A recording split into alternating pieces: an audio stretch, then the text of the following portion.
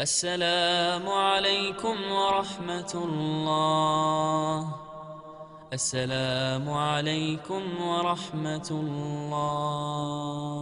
Oleh kerana itu jamaah sekalian dimuliakan Allah Subhanahu wa taala, memperhatikan Al-Quran itu sangat kemuliaannya buat kita. Semakin banyak perhatikan Al-Quran, semakin manfaatnya buat kita. Contoh, ayat Al-Kursi, satu ayat. Rasulullah SAW bersabda, "Man qara'a ayat Al-Kursi dubura kulli salatin laysa bainahu wa bainal jannati illa an yamut." Barang siapa yang membaca ayat Al-Kursi setiap habis salat fardu, tidak ada sesuatu yang mampu menghalanginya masuk surga. Ayat Al-Kursi ini satu ayat menjaminkan kita masuk surga. Kalau satu ayat menjaminkan kita masuk surga, gimana suratul Baqarah seluruhnya?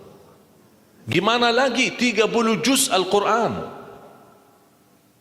Kata Siti Aisyah radhiyallahu anha, jumlah tingkatan dalam surga Allah sesuai jumlah ayat Al-Quran. Oleh karena itu tidak ada yang lebih tinggi di dalam surga Allah daripada Ahlul Quran. Karena nanti Ahlul Quran ketika masuk surga Allah suruh baca dan naik. Baca sebagaimana kamu baca di dunia dan naik posisimu dan darjatmu di dalam surga. Baca naik terus, baca naik sampai bersama Nabi Muhammad di darjat yang tertinggi di dalam surga Allah. Ini semua berkat Al-Quran. Belum lagi syafaat Al-Quran, belum lagi anak penghafal Al-Quran menghadiahkan 2 mahkota untuk kedua orang tuanya, belum lagi setiap satu huruf dapat 10 kebaikan, belum lagi Al-Quran akan menemani kita saat sakratul maut, belum lagi Al-Quran akan temani kita saat menghadapi mungkar nakir di dalam kubur, belum lagi saat dibangkitkan oleh Allah akan bersama Al-Quran sama kita, belum lagi saat dihisab Al-Quran akan menemani kita, belum lagi saat kita berjalan di atas sirat Al-Quran masih berkenan menemani kita sampai ke pintu surga. Bahkan ketika masuk surga Al-Quran tidak akan tinggalkan kita, masih terus masuk bersama kita di dalam surga sampai naik darjat yang tinggi di dalam surga Allah Subhanahu wa taala. Kewajiban kita cuma satu, coba berapa panjang balasan Al-Quran sampai ke surga, tapi diminta cuma satu, berkenan menjadikan Al-Quran teman kita di dunia. Temanilah Al-Quran, akan Al-Quran berkenan temani kita sepanjang hayat, bahkan sepanjang perjalanan kita menuju surga. Itu kemuliaan Al-Quran. Cukup ada seorang ulama dari At-Tabi'in bernama Abdullah As-Sulami, Abu Abdurrahman Abdullah As-Sulami, Abdullah bin Habib As-Sulami. Ditanya, beliau 70 tahun mengajar Al-Quran. Ditanya, wahai imam, apa yang membuat kamu sabar sampai 70 tahun mengajar Al-Quran? Kata beliau, yang membuat aku sabar dan minat menjaga keistiqomahan, bersabda Rasulullah sallallahu alaihi wasallam, khairukum man ta'allama al-Qur'ana wa 'allamah, sebaik-baik manusia yang mempelajari Al-Quran dan mengajarnya. Itulah ingin saya menjadi orang yang baik bagi manusia, sebagaimana bersabda Rasul, itulah yang membuat saya sabar dalam mempelajari dan mengajar Al-Quran. Siapa yang tidak mau jadi manusia yang terbaik menurut Rasulullah sallallahu alaihi wasallam? Itulah bersama Al-Quran. Mohon maaf, siapa Ali Jabir? Hamba yang biasa, banyak kekurangannya, yang Allah anugerahkan kemuliaan bukan karena siapa-siapa, tapi karena Al-Quran. Dihormati, didepankan, dan semua orang penghafal Al-Quran, berapapun usianya, dihormati, didepankan, dimuliakan. Semua berkeinginan bisa bersalaman. Kita melihat dan menonton acara Hafiz Indonesia, jangankan anak-anak, bahkan yang cacat luar biasa Allah tunjukkan bagaimana kelebihan Al-Quran. Yang buta bisa hafal Al-Quran, yang lumpuh badannya dan jasadnya seperti alana yang tidak bisa jalan hafal Al-Quran. Naja yang luar biasa dahsyat, otaknya terganggu tapi bisa hafal Al-Quran. Dia tidak bisa baca, kasih Al-Quran suruh baca, dia tidak bisa baca. Tapi ditanya tes hafalannya, hafal. Berapa ayatnya? Hafal. Nomor berapa? Hafal. Kanan kiri hafal, atas bawah hafal. Allah menunjukkan kepada kita, Allah tidak akan melepaskan Al-Quran menjadi jaminan ditolong. Inna nahnu nazzalna dzikra wa inna lahu lahafizun. kami telah menurunkan Al-Quran dan kami akan menjaganya. Di antara terjaga Al-Quran secara fisik, terjaga Al-Quran secara tulisan, terjaga Al-Quran secara suara, dan terjaga ahlul Quran, para penghafal Al-Quran. Oleh kerana itu jamaah sekalian, selalu saya mendorong masyarakat, kalau kaum muslimin muslimat di Indonesia merasa dirinya gagal menjadi penghafal Al-Quran, jangan putus asa, tetap masih anda bisa menjadi ahlul Quran. Ayo kita lipatkan diri kita melalui yang jadi saham atau saksi baik bagi kita di hadapan Allah, melalui infak kita, sedekah kita, zakat kita, wakaf kita, apa saja, supaya kita datang di hadapan Allah. Ya Allah, mohon maaf, saya belum bisa hafal Al-Quran, tapi hartaku menjadi saksi untuk membantu dan menolong Al-Quran dan binaan Al-Quran. InsyaAllah termasuk ahlul Quran dan mendapatkan syafaatnya Al-Quran di hari kiamat, dan amalan itu menjadi sedekah jariah yang menalirkan pahalanya sampai hari kiamat. Semua harus bisa berjuang. Tidak boleh ada orang berkata saya tidak bisa hafal. InsyaAllah anakmu bisa hafal. Kalau anakmu belum bisa hafal, InsyaAllah cucumu bisa hafal. Kalau itu pun tidak berhasil, InsyaAllah saham walaupun sedikit seikhlasnya bisa menjadi saksi baik. Infaknya, sedekahnya, ikhlasnya, zakatnya, wakafnya, semua bisa menjadi saksi baik. Karena kita mendapatkan sebuah kemuliaan Al-Quran. Al-Quran kitab suci yang tidak ada keraguan di dalamnya. Sayang sekali kita bisa kehabisan berhari-hari tidak baca Al-Quran. Saya harap insyaAllah mulai hari ini kita komitmen untuk khatam Al-Quran. Siap? Masih menunggu cara mudah untuk khatam? Saya kasih cara mudah. Ini kan Quran seperti Quran Madinah, ya, modelnya seperti ini halamannya. Sekarang sudah banyak di Indonesia, seperti Quran Syamil atau Quran ini sudah mulai seperti ini, Quran Madinah, ya. Maksudnya model cetakannya dicetak seperti ini, mulai dari ayat, kalau di akhir halaman ditutupi dengan ayat. Dulu Quran lama, setiap halaman kita buka kadang-kadang ada separuh ayat di halaman kanan, sisanya di halaman kiri.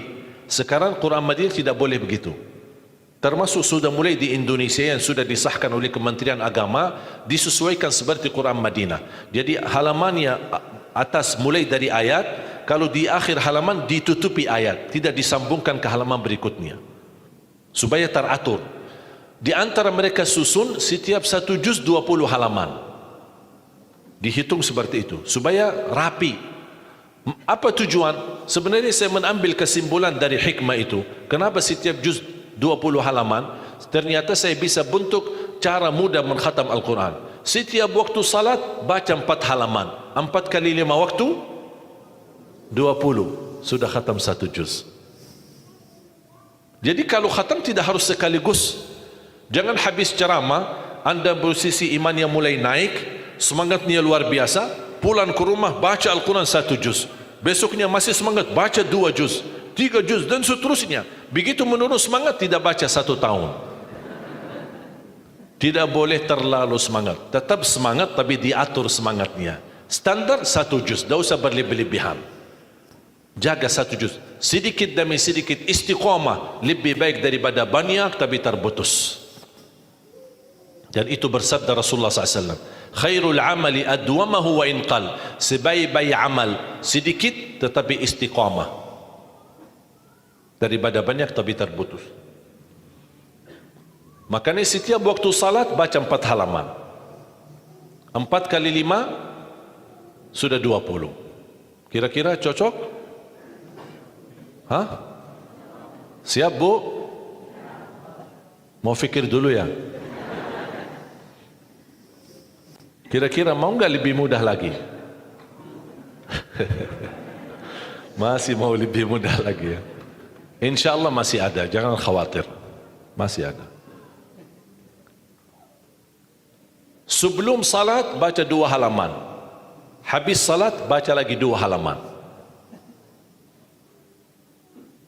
Gimana kira-kira cocok? 2 halaman sebelum salat.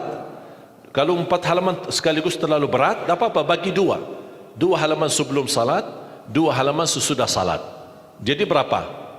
4. dikali 5 waktu berapa jadi? 20, sudah khatam 1 juz. Kira-kira siap? 2 halaman. 1 kertas.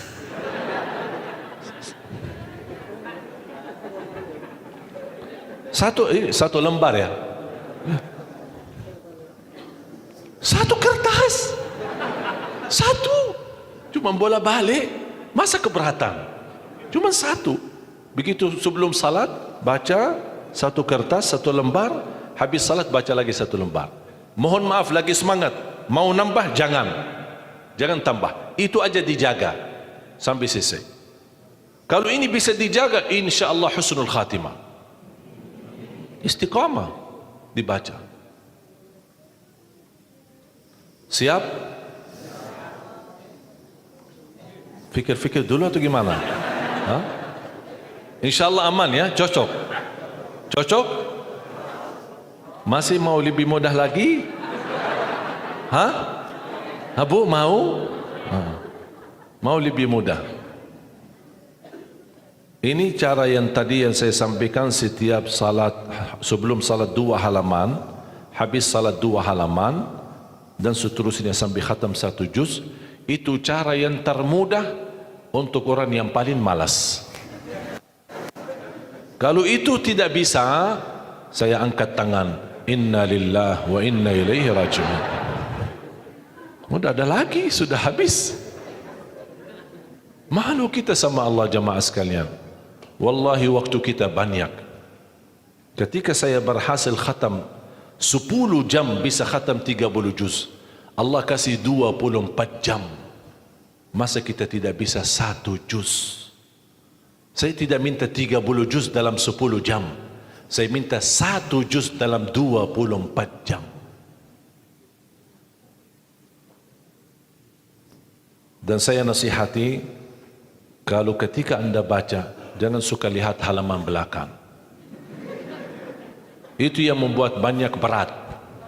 Misal baca Al-Baqarah, sambil dia baca A'udzubillahi minasyaitonir rajim, Bismillahirrahmanirrahim, Alif Lam Mim, Dzalikal kitabu la raiba fihi, hudan lil muttaqin, alladzina yu'minuna.